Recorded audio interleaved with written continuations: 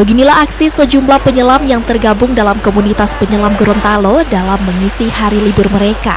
Meski datang dari berbagai latar belakang profesi, para penyelam ini tak pernah melewatkan waktu libur mereka untuk melakukan aksi sapu laut. Berbekal pengalaman menyelam dan peralatan yang dimiliki, para penyelam ini terjun ke dasar laut untuk mengangkat sampah.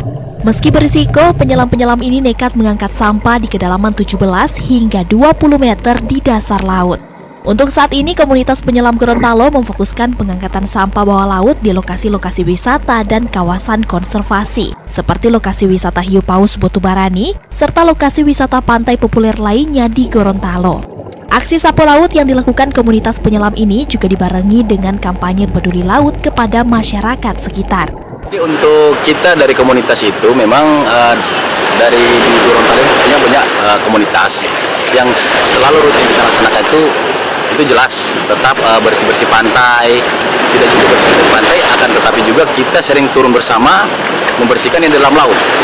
Mana ada sampah-sampah plastik yang tidak bisa diurai, itu kita angkat semua. Nah, ini dari beberapa komunitas ini kita selalu solid ketika ada acara-acara terkait untuk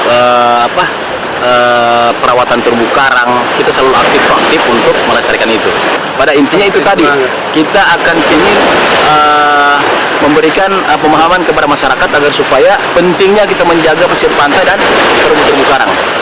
Kepedulian terhadap lingkungan bawah laut tak hanya dilakukan dengan mengangkat sampah. Komunitas ini juga melakukan perawatan terumbu karang, mengangkat sampah di pesisir, serta pelestarian hewan laut lainnya. Dengan aksi sukarela yang ditunjukkan komunitas selam Gorontalo diharapkan mendapat dukungan dari pelaku wisata, warga pesisir, serta pemerintah dalam menjaga kebersihan dan membuang sampah pada tempatnya. Henca Tumilaar, Kris Kamisma, Kompas TV Gorontalo.